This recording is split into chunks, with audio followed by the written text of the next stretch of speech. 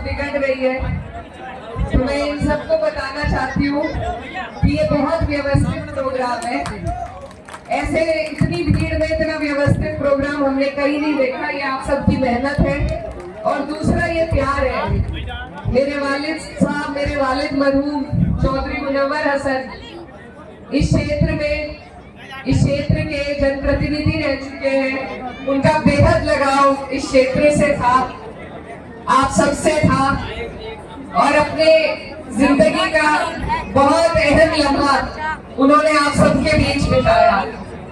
जितना काम मुझे लगता है मेरे वालिद मरहूम ने अपने खून पसीने की मेहनत से आप लोगों के बीच किया है, इतना तो कैराना में भी नहीं किया। तो वो प्यार था आपके लिए उनका, और आज भी वही जुड़ाव है, वही लगाव है, और उन्हीं रिश्तों के ताल्लुक से मैं आपके बीच में आई हूँ। भले ही ये हमारा क्षेत्र ना लगता हो, लेकिन जो प्यार आप लोगों का हमेशा हमारे लिए बना रहता है, दुआओं के रूप में हो चाहे या समर्थन देने के रूप में हो, सबकी रिश्तेदारियां हैं इधर से उधर, और मुझे बहुत अच्छी तरीके से मालूम है कि मेरे चुनाव में भी आप सबने मुजफ्फरनगर पे की, उससे दुगनी मेहनत आपने कैराना के लिए की है। तो आप सबका बहुत बहुत शुक्रिया। और इस प्यार को, इस ताल्लुक को इसी तरीके से आपको और हमें मेरे वालिद की इस मोहब्बत की विरासत को आगे बढ़ाना है, आके लेकर चलना है।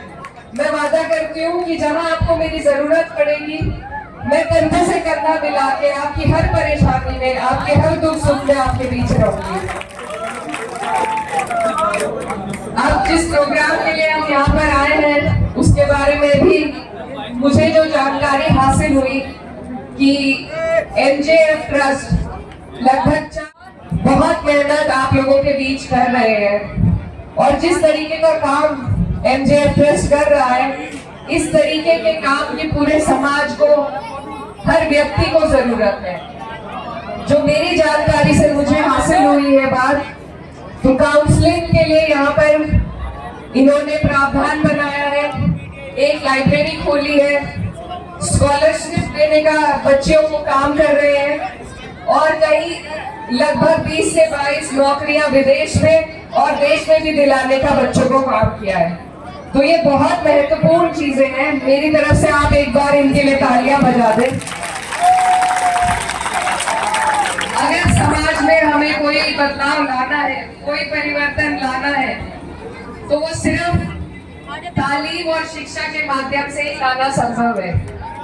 तो अगर हमें कहीं मेहनत है, हम सबको मिलकर अगर कहीं मेहनत करने की जरूरत है, तो वो शिक्षा की फील्ड में, तालीम की फील्ड में अपने बच्चों को आगे बढ़ाने की जरूरत है। और जब लोग, समाज के जो बेहतरीन लोग हैं, जो खुद हमारी डॉक्टर नाज़िमा साहब जैसे लोग जब आगे बढ़ के अपना कीमती वक्त, अपनी जिम्मेदारी, अपनी जो प्रोफेशनल जिम्मेदारी है उससे अलग हटकर जब अपना कीमती वक्त आप लोगों को दे रहे हैं, तो आपसे मेरी गुजारिश है कि आप लोग भी उनका साथ दें, जाना बचाना उनके साथ खड़े हो, और ये जो मुहिम है, जो तालीम की मुहिम है, इसे आगे लेकर चलें। क्योंकि सिर्फ इल्म ही वो रोशनी है जो हमें जहालत से बाहर निकाल सकती है, हमारे बच्चों को बेहतर मुस्तकबिल दे सकती है।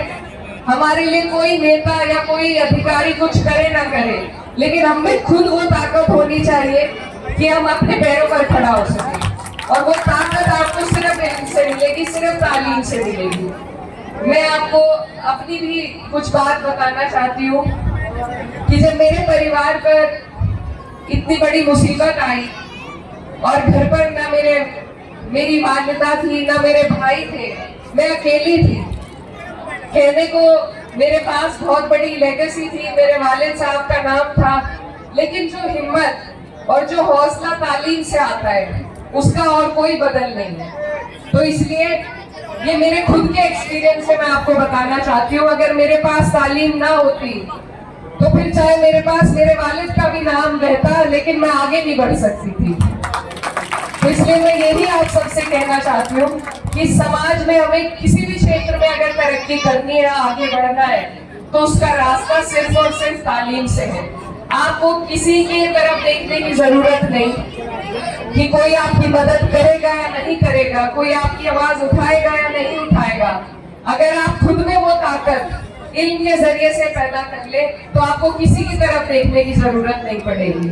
तो आप सबसे मेरी यही दरखास्त है कि दीनी तालीम के साथ साथ अगर हम दुनियाई तालीम पर भी ध्यान दें, क्योंकि जब हमारे बच्चे आगे बढ़ेंगे, अधिकारी बनेंगे, नेता बनेंगे, अपने कौम के लिए कुछ कर सकेंगे, तभी आप अपने अधिकारों की भी बात कर सकते हैं और तभी आप आगे बढ़ सकते हैं, अपनी हर लड़ाई लड़ सकते हैं।